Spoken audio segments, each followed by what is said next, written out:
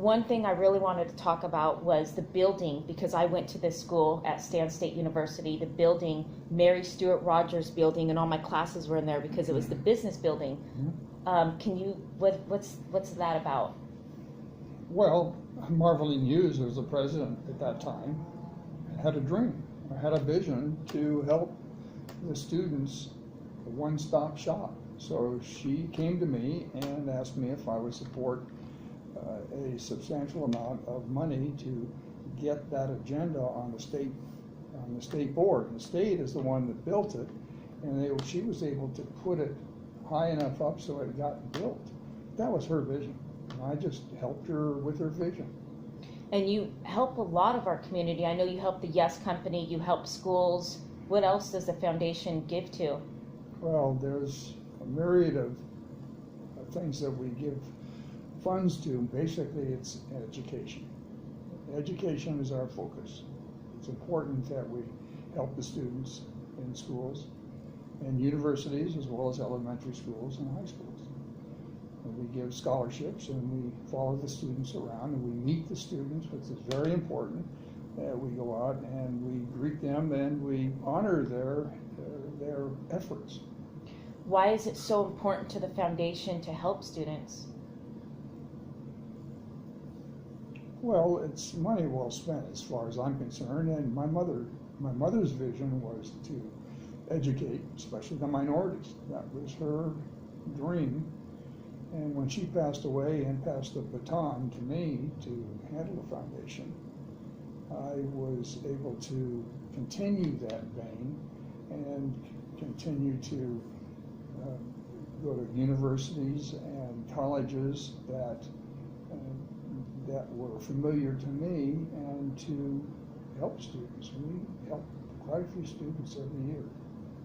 Before we turn on the camera, we were talking about how we have so much opportunity just for being in this country, because we have access to people and organizations like you, but also education.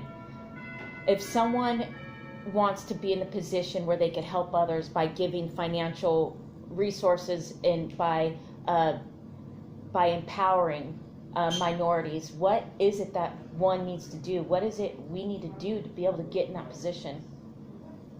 Well, I think basically it's self-fulfillment is what helps a person drive to an end goal. You have to have a goal, and you have to sustain that. There's a lot of roadblocks on the way. Doesn't mean that you're going to get wealthy and be able to do that, but everybody has talents, whether it be education or whether it be a specific area like a plumber or whatever. And it's your responsibility to help those people that are interested in that, to sustain themselves and encouraging them. Time, talent, and treasures is the name of the game. Time, talent, and treasures. I love that. One thing I know that a lot of people struggle with, and I struggled with this myself for many years, like a decade, is that I could not find self-fulfillment. I was always looking outside of me to be fulfilled, not realizing it was already in me. So is there any advice that you could give to us on how we could start looking for what could bring us fulfillment? Is it education? What can we start doing to maybe help us find that? Well, I think education is the foundation, because when you are in an educational environment, you have opportunities to see what's out there, see the many avenues you have, and wherever your interest is, that's what you need to pursue. You can't just be going to school to go to school. You have to have a goal and find out what your niche is. And it doesn't mean it has to stay.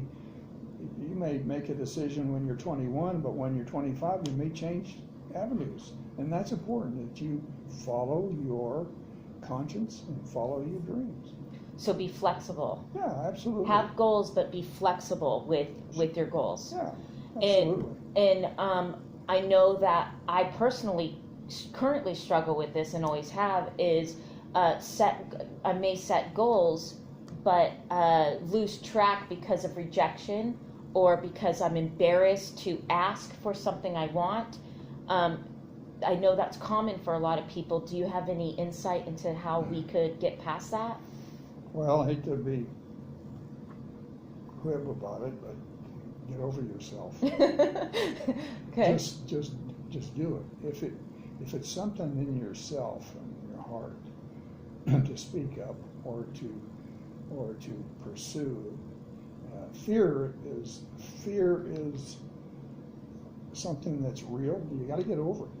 And I tried to impress upon the women, welfare women that I talked with, is that fear is a real thing, but you have to hit it face on. You just get through it, whatever it takes. Get help. Get help. Get with people that can help you. Toastmasters help me. I had a fear of speaking. Okay. I don't get nearly as scared of speaking to you today because I'm a Toastmaster. No. But that's one thing, you know, I needed a crutch, and that's what I did. Okay. Now, as I know your mother, a lot of this is possible, and our community is being empowered because of the vision of your mother.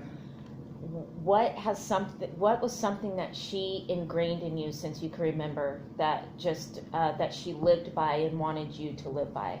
What advice? Respect.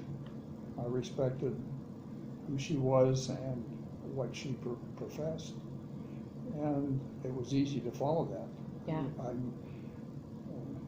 She always said, you know, you don't have to love me, but you better respect me. and that's the truth. And I'll never forget that. But no, she's a tough lady, very quiet, very introverted, but she taught me a good lesson to follow the details. Make sure that you handle the details on anything you do. Follow the details. Yeah. I like that. Don't leave a stone unturned. Okay. Does that make sense? Yeah, it does. And that's easier said than done for a lot of us. Yes. Again, you just got to get out and do it.